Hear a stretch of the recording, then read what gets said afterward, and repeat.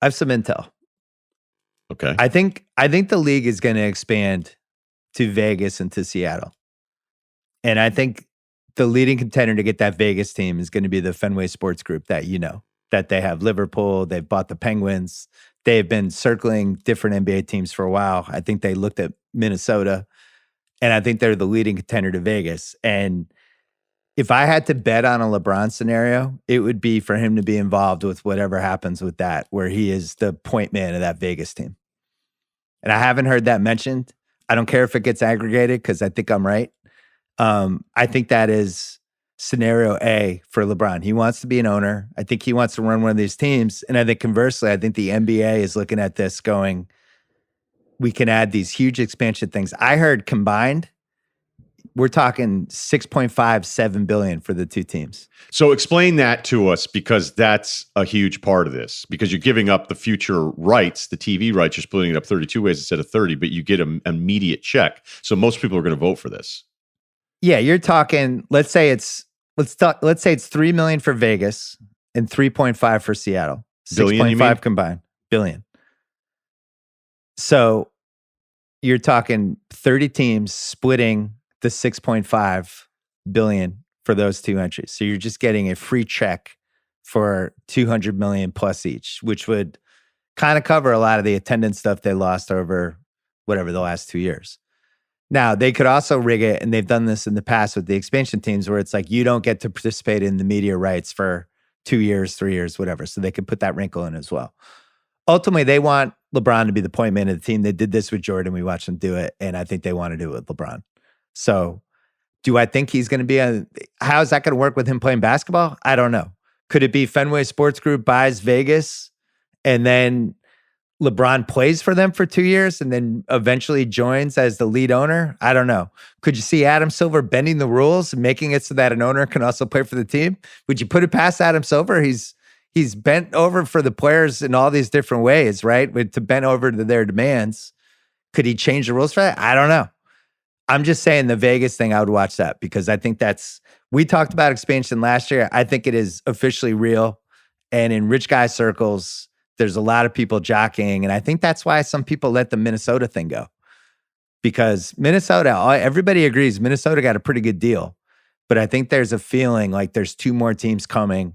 Wait for the two teams. And, I think they're going to be really, really, really, really focused on having minority representation with the two ownership groups. However that happens. And LeBron is definitely going to be involved in that. So that would be my prediction. Well, that last part too, I would agree with. I agree with you, by the way, on everything here on this one. So I'm not. It's too much money. Yeah, no, honestly, it's too much money at this point. I think there have been times where you've brought up stuff, and then you think I'm like disagreeing with you, but it's usually me just poking at you to go give me more information. So I want it on the record here that I agree with you about this one, because whether it was the Vultures circling the Pelicans or whatever. Well, wait, hold on. We should talk about that, because that's a monkey wrench for this. Yeah, because. And Vegas is getting expanded. I couldn't see the Pelicans moving to Vegas, but I could see them moving to Seattle.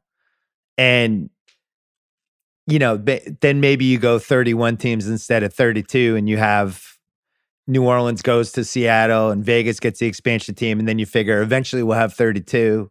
You start talking about places like Louisville or whoever. Kansas City. I don't know. I don't know what the possibilities would be, but Hartford. I think Seattle and Vegas are going to have teams. That's happening. But I'm fully willing to be aggregated. Seattle and Vegas will have NBA teams in the next 5-6 years. All right. The part that you nailed though too, I think when you look at the NBA and you look at the coaching situation, minority hires versus what the NFL is going through right now.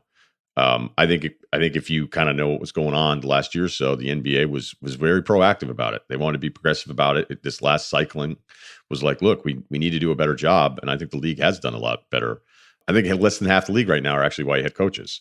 So that Silver and other people at the highest levels of the league would want that representation in ownership as well, which is as big of an issue it is on the field or on the court. That would not surprise me, because I think Silver does a better job with this than any of the other commissioners. And that Fenway Sports Group has been super ambitious and really successful. Like the Liverpool thing worked. The Red Sox, what do you think, 12 tupled? at this point. Oh, I can't even imagine. 15 tupled. So I also listen. I never love expansion, but I think the NBA is in the best position to expand that it's probably been in since the early 90s from a talent standpoint. There's enough talent to go around. I was watching Detroit Boston yesterday. You're like, Detroit's like, I'm texting my dad. I'm like, Detroit's like pretty good. They're a bad team. They're pretty good. They have guys. They have Cade Cunningham.